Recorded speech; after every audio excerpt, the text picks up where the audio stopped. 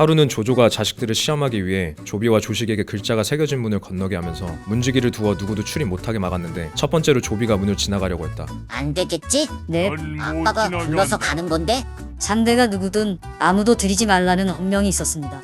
알았다. 너 내가 원되면 보자 이 새끼야. 의외로 사이코패스 조비는 살인 충동을 간신히 누르고 돌아가게 된다. 그렇다면 동생 조식은 어땠을까? 이를 어쩐다. 이건 분명 아버지의 테스트임이 확실한데 어떻게 해야 좋을꼬? 옳거니 양수. 그대는 꼭 뭔 일 있을 때마다 나타나는구나. 대충 어찌하면 좋겠소? 그야 쉬운 거 아닙니까? 공자 히히. 그깟 문지기가 아버님보다 위에 있어. 그냥 죽이고 들어가면 되지 않습니까? 어육도 않네. 나는 아버지의 부름을 받고 지나가는 길이다. 비치거라. 아니 안 된다고. 좀 그럼 나가 뒤져.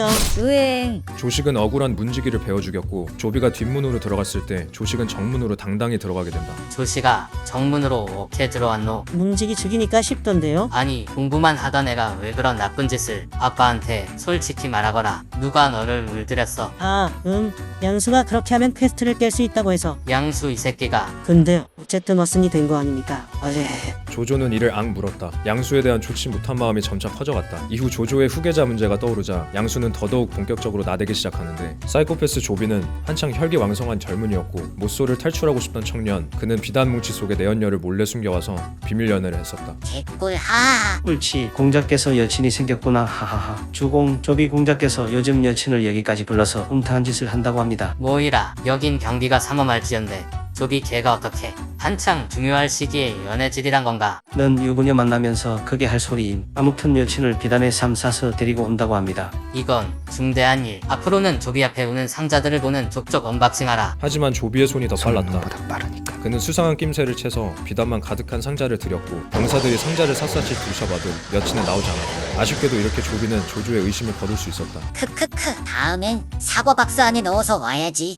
야 양수 너가 있다며. 난 졸지에 내 아들의 건전한 성생활을 방해하는 몫을 아빠가 되었잖아. 알바노 몽정 축하 파티도 아닌데 뭐 어떻습니까? 하하하. 조조는 양수가 싫어졌다. 그도 그럴 것이 남의 아들의 잘못을 일러바친 게 부모 입장에선 상당히 안 입고 올 수밖에 없었을 터. 결국 양수는 완전히 조조의 눈밖에 나고 말았다. 시간은 오래 흐르지 않아 조조는 유비와 한중을 두고 다투는 일이 있었는데 군량은 떨어져가고 유비군의 저항이 거세 전선은 교착 상태에 빠지고 말았다. TMI를 보태자면 이때 조조는 화살에 맞아 앞니가 완전히 나간 상태였다. 시발 루이지가 희열캐도 카메 쳤구나.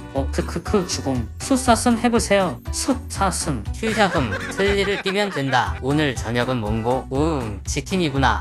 이거 왜 이리 즐겨? 순살로 바꿔오라. 그 씻던 건 어떻게 할까요? 일단 아까우니 이 닭갈비만 다 먹고.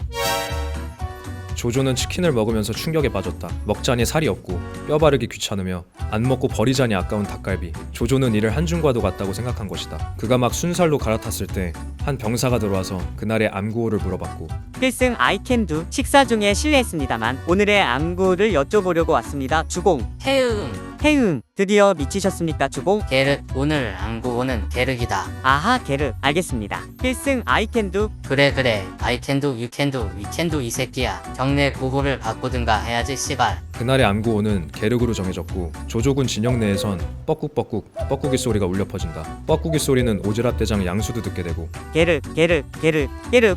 이 무슨 해괴망측한 소리냐? 오늘의 암구는 게르입니다. 그렇구나. 모두 군장을 싸라. 이 밤중에 행군을 시킵니까 씨바라? 그렇다. 우린 회군을 해야. 모두 철수. 개꿀 하하하. 아니 이게 뭔 소란이야.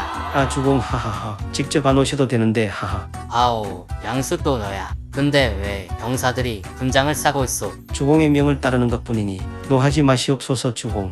야 이 새끼야. 내가 언제 쟤네 보고 짐을 싸라고 했느냐. 오늘의 암구호가 게륵이라고 하셨잖습니까? 게륵이란 자고로 먹기엔 어렵고 버리자니 아까운 갈비 부위. 그 게륵에 빗대어 한중을 비유하신 거 아닙니까 주공? 조조는 식은땀이 흘렀다. 그는 자신의 생각을 훤히 꿰뚫어보는 양수가 싫다기보다 두려워지고 있었다. 에이 난 그런 적 없다. 뇌피셜로 거위 무고를 내려 군기를 어지럽힌 양수. 그대를 참하겠소.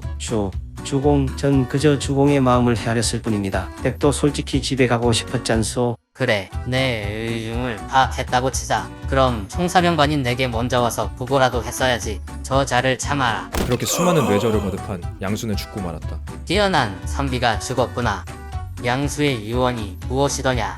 게르 이었습니다 주공. 시발 그 놈의 게르. 하지만 그 자인 없을 기리는 방법은 그가 했던 대로 하는 수밖에 없다. 모두 다시 짐 싸. 사실 양수는 핑계고 한중에서 튀고 싶으신 거죠? 너도 외절하지 말고 짐부터 싸. 게르 떼기 싫으면. 조조는 그렇게 양수를 죽여놓고 양수의 제사를 지내기 위해 한중을 떠났다. 조비가 사이코패스가 된 게 다 아빠를 닮아서 그렇나 보다. 이후 집으로 돌아온 조조는 양수를 죽였음에도 그의 아비가 살아있는 걸 염려해 후하게 제사를 치러주고 양수 아빠 양표에게 각종 보화를 선물했지만 그래 양표 그동안 잘 지내셨소. 근데 어찌 그리 마르셨는지. 늙은 어미소가 송아지를 핥는 마음으로 지내니 이렇게 됐습니다. 노우지독, 부모가 자식을 사랑하는 마음을 뜻하는 고사성어. 양표는 이렇게 말하면서 조조를 면전에서 돌려 깠지만 조조는 아무 말도 못했다고 한다. 역시 무엇이든 자기 분수를 알고 나대지 않는 게 처신에 좋다는 교훈을 되새기며 이야기를 마무리할까 한다.